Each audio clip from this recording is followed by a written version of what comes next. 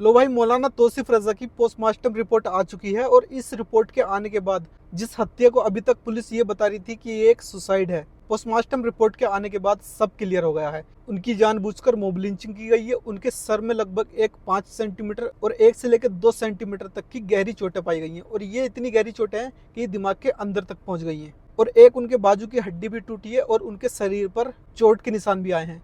लगभग 5 उनके body part ऐसे हैं जहां पर गहरी चोटें पाई गई हैं। वो बंदा जो अपने घर से हंसी खुशी उर्स में शामिल होने के लिए गया, वहां पर वो उर्स करके अपने घर आ रहा था। तो तुम्हें क्या लगता है वो सुसाइड करेगा? और जिस वक्त उन्होंने अपनी वाइफ से बात की थी, अगर तुमने वो रिकॉर्डिंग सुनी होगी तो तुम्हें लगता है कि वो अपने घर ही अपनी वाइफ से परेशान होंगे? मतलब उस ऑडियो रिकॉर्डिंग में उनकी साफ आवाज आ रही थी कि भाई यार हेल्प करो ना, देखो मेरे को ये मार रहे हैं, शराबी लोग ये मेरे को मार रहे हैं। उस रिकॉर्डिंग में साफ आवाज आ रही थी। उसके बाद उनका फोन कट गया, जिसके बाद उनकी बॉडी ट्रेन की पटरियों के बराबर से बरामद हुई, जिसके बाद पुलिस ने ये कहा कि ये एक सुसाइड है। लेकिन अब पोस्टमार्टम रिपोर्ट के आने के बाद क्लियर हो गया है कि इनकी जानबूझकर मॉब लिंचिंग की गई है। अब बस देखना ये रह गया है इनके कातिलों का एनकाउंटर कितने दिनों में और कब तक करेगी पुलिस।